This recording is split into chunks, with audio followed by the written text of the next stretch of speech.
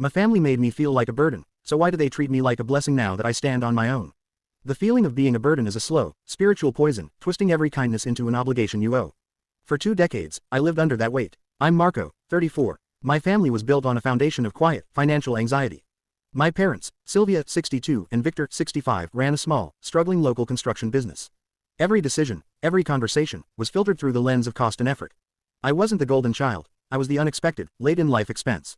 My older sister, Elena, 40, had already established herself as the capable, low-maintenance success story.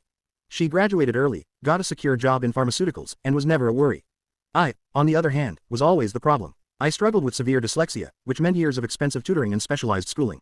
I didn't excel in sports or music. I was quiet, often withdrawn, and frequently sick. Every time my name came up, it was implicitly attached to a cost. The medical bills, the tutoring fees, the stress of dealing with my unconventional needs. My parents never shouted their resentment, they expressed it through a pervasive atmosphere of weary martyrdom. My mother, Silvia, perfected the sigh that communicated volumes, "This is costing us too much."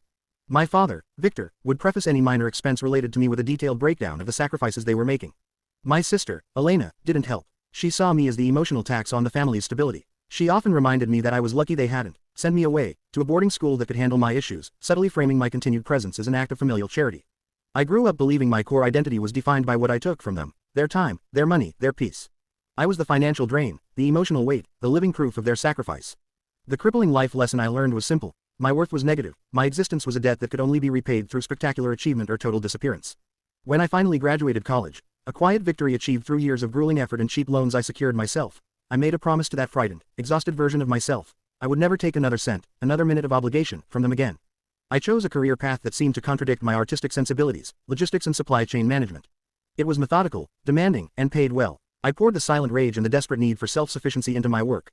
I focused entirely on efficiency, cost-cutting, and building robust, self-reliant systems. I moved across the country, not because I hated them, but because I needed the geographical distance to sever the emotional cords of dependence. I stayed in cheap apartments, drove an old car, and avoided asking for help for anything, no matter how small. I was determined to prove my worth wasn't negative. For 6 years, I maintained a respectful but distant relationship. Phone calls were brief, and visits were timed perfectly to avoid imposing.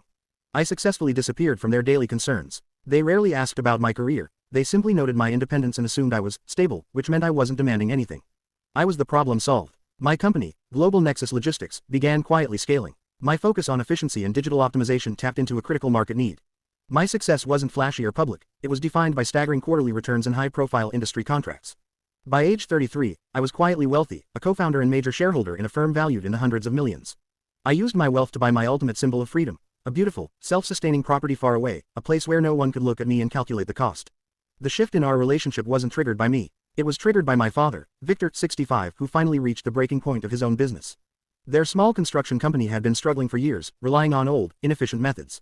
A critical city contract fell through, followed by a lawsuit over a supplier issue. The debt became too large, too overwhelming. They were facing insolvency, bankruptcy, and the loss of the only professional identity they had ever known. Elena, 40, the capable sister, had been quietly trying to help, but her pharmaceutical salary couldn't plug a structural hole this large.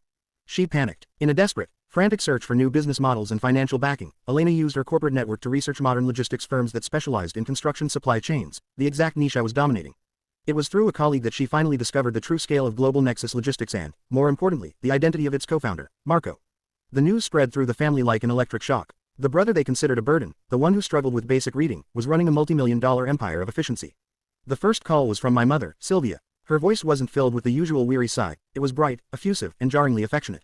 "Marco, darling, we heard the most wonderful news. You've done so well, your father is just bursting with pride." She spoke about the family legacy and the entrepreneurial spirit I must have inherited.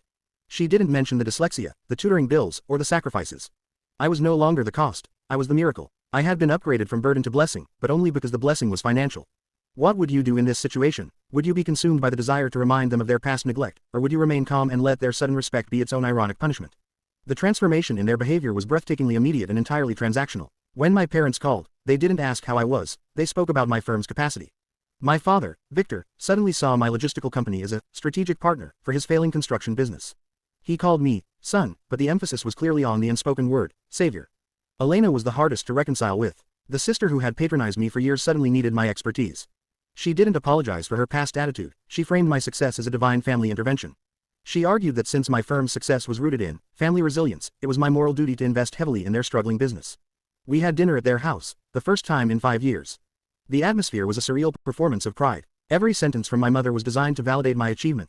Marco always had an eye for optimization. He was the most persistent child, and the most unbelievable one. We always knew he would be the one to transcend us. The silence I once occupied was now filled with their desperate praise. I was the center of attention, but only because I was the key to their survival. I felt a cold, deep sadness. The recognition I had craved for so long had finally arrived, but it was conditional, shallow, and directly proportional to the size of my balance sheet. The life lesson was cruel. The only currency that can truly absolve you of the perceived debt of your existence is overwhelming, undeniable success. My money didn't just solve their financial problems, it solved their emotional problem of having a perceived burden for a son. I spent weeks agonizing over my response. I could crush them entirely, watch them lose their business, and achieve a bitter justice. Or I could be the blessing they now claimed I was. I chose a third path. Absolute clarity, dictated entirely on my terms. I agreed to intervene, but not as their generous son, as a consultant and a potential investor, maintaining a professional distance that protected my emotional investment. I flew to their city and spent a week conducting a meticulous, brutal analysis of Silvia and Victor's construction business. The company was structurally unsound, riddled with obsolete equipment, poor labor practices, and zero digital integration. It wasn't worth saving in its current form. I presented my findings not with pity, but with the cold, unassailable facts of a CEO. My terms were simple and non-negotiable. I would not buy their debt or bail them out. I would, however, establish a new entity, a logistics branch focused on small-scale, precision construction supply, managed entirely by my firm. I would offer Victor and Silvia severance packages and buy their outdated equipment at market value. I would also fund Elena's proposed career change into health data analytics, a field better suited to her skills. Crucially, my intervention was designed to grant them stability, but simultaneously dismantle their old identities that were built on the belief that they were the benevolent providers and I was the dependent drain. They would survive, but their survival would be orchestrated by the very son they considered a burden. The negotiation was agonizing. Victor fought the loss of control, and Elena fought the lack of a massive, unconditional payout. But they were trapped. Their need was absolute. They had to agree to stand down and allow the burden to become the architect of their new future. If you forced the people who underestimated you to cede control to your superior competence, would you feel the satisfaction of revenge, or the quiet power of true liberation?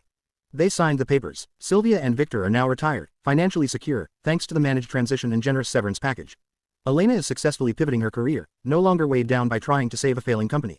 I still have a relationship with them, but it's permanently changed. The sighs of martyrdom are gone. They speak of my work with genuine, if bewildered, pride. They treat me with immense deference. They call me a blessing now, but the word is loaded.